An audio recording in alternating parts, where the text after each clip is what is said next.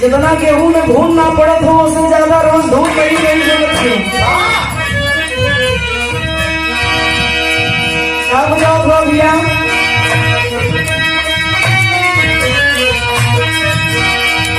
यो धून अपने आप में खेल गई मिसाल है। दोनों लड़की का दुल्हा बड़ा नीमन मिलल, इतना सुंदर रहे कि दुल्हा का बखान करे में थकत ना है बेचारी। सहेली कलश की का हो इतना दुल्हा का तारीफ करत हो कितना सुंदर तो दुल्हा हो।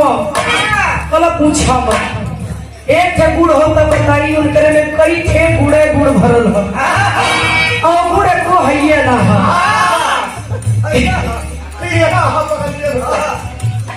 एको गुड़ ना दुल्हा बहुत गुणवान हुआ। बड़ा देवता पितर को ले ली ऐसा दुल्हा कौली है।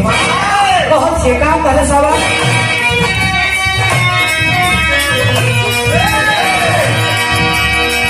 जहाज से जब कमाली सही है जहाज कमाली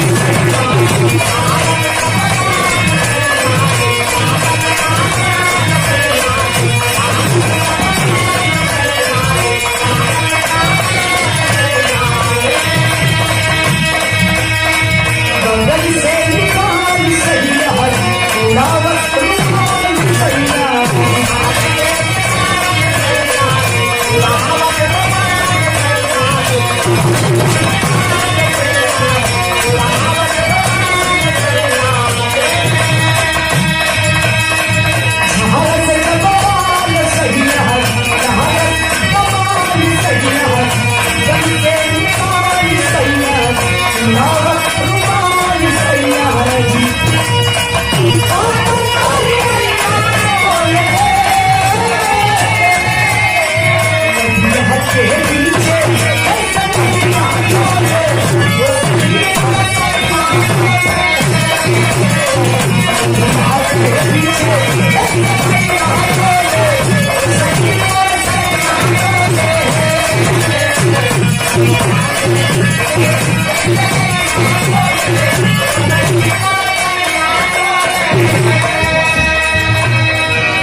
कलश की नदिया के पीछे जैसे नैया डोले वो सही मरुसैया डोले।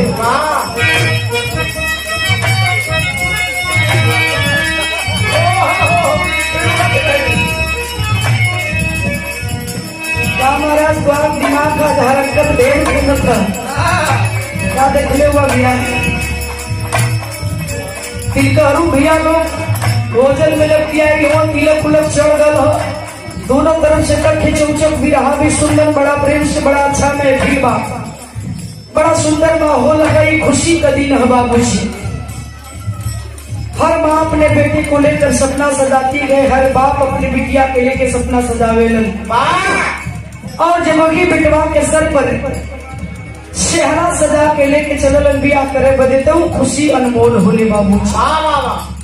ओ खुशी का कोई मोल ना बोला ये दिन का इंतजार हर लड़का करेगा दिन का इंतजार हर लड़की करेगी।